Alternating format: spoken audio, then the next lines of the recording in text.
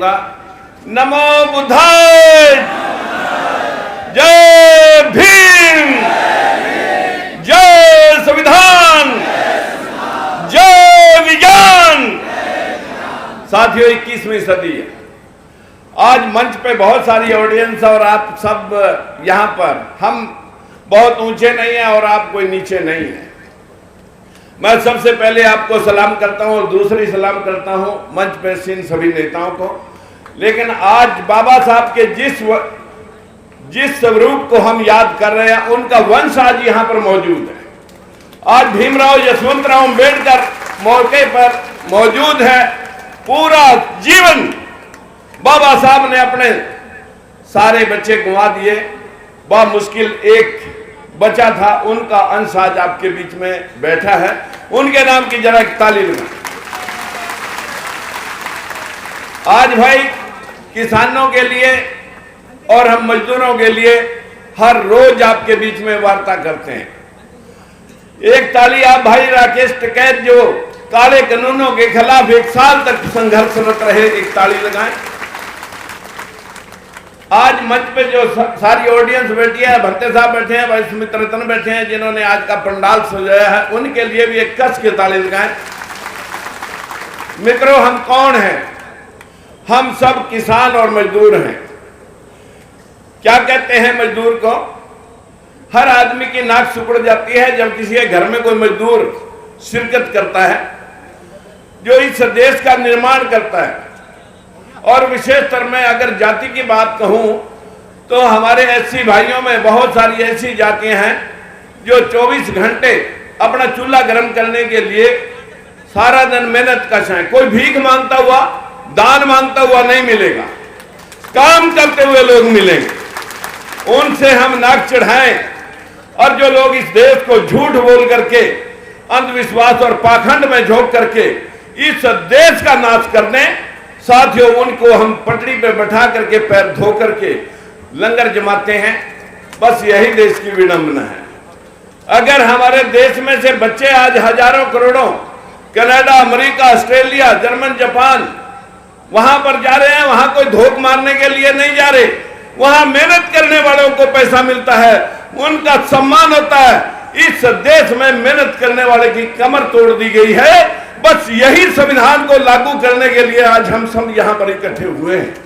अगर आप चाहते हैं कि इस देश में जो लोग कमांड कर रहे हैं, जो लोग इस देश के हुक्मरान हैं, उन लोगों ने पूरे देश में जहां आखिरी फैसले होते हैं, पूरे देश के 25 हाई कोर्ट, एक सुप्रीम कोर्ट, एक भी जज बैकवर्ड का अभी कोई एक आध लगा, एक भी जज 1 अप्रैल 2018 तक तो एक भी जज बैकवर्ड का नहीं लग सका।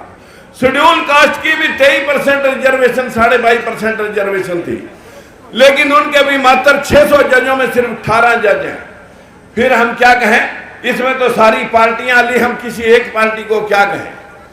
बहुत सारी पार्टियों ने इस समाज को फुटबॉल बना रखा है।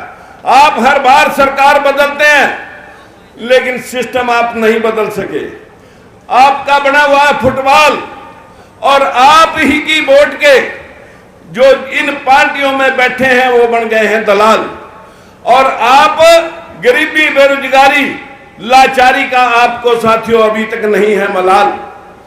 हमारा भी एक दल, एक पार्टी हो, हम भी इस देश के निर्माता हो, जिसकी महात्मा ज्योतिबा फूले और भीमराव अंबेडकर है एक मिसाल। आपने इस मिसाल को ध्यान में रखते हुए जगाओ इस मिसाल को, घर घर में जाकर के अंधविश्वास और पाखंड का चीरहरण करो। जब आप ये कर देंगे तो हमारा समाज जागरूक हो जाएगा और हम सत्ता की तरफ अपने आप चले जाएंगे।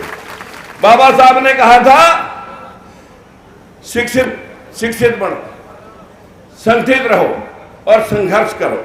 संघर्ष का समय आ चुका है। मैं अपनी वाणी को विराम देते हुए सिर्फ आपसे इतनी विनती करना चाहता हूं, अगर हमारे देश में बार बार आक्रमण हुआ, जिन लोगों ने हमें शिक्षा से दूर रखा, जिन लोगों ने हमें राजकाज का हिस्सेदार नहीं बनने दिया, उन लोगों की संख्या कम थी।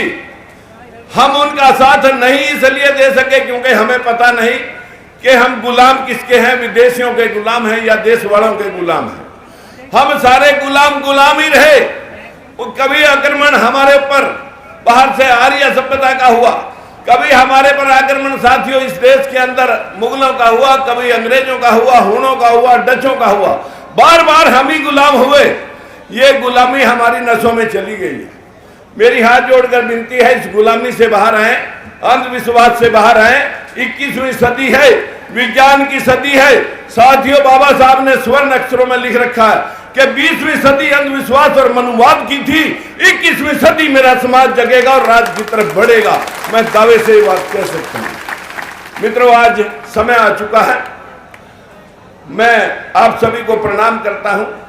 हर रोज जब हम अंधविश्वास के ऊपर चोट करते हैं तो न जाने कितने लोग हमारे ऊपर प्रहार करते हैं कि राजकुमार सैनी किसी जाति का नाम ले रहा। साथियों, जिन जिन लोगों ने भगवान बनने का प्रयास किया, आधे से ज्यादा जेल में जा चुके हैं और बाकी के लोगों को अभी जाना है। आप चिंता मत करें, यहाँ कोई जाति की बात नहीं है। हम किसी जाति के खिलाफ नहीं बोलते। अंधविश्वास फैलाने वाले लोग जो इस देश को मानसिक गुलाम बना चुके हैं, जिन लोगों ने ऐसे ऐसे प्रपंड महल से बच्चे बना दिए, आदमी की गर्दन पर हाथी की गर्दन लगा दी, इस देश को सूर्या को बंदर निकल गया, जो इस देश में ये चीज साबित करने वाले थे, कसम से मां कसम, ये देश आज भी वहीं खड़ा है।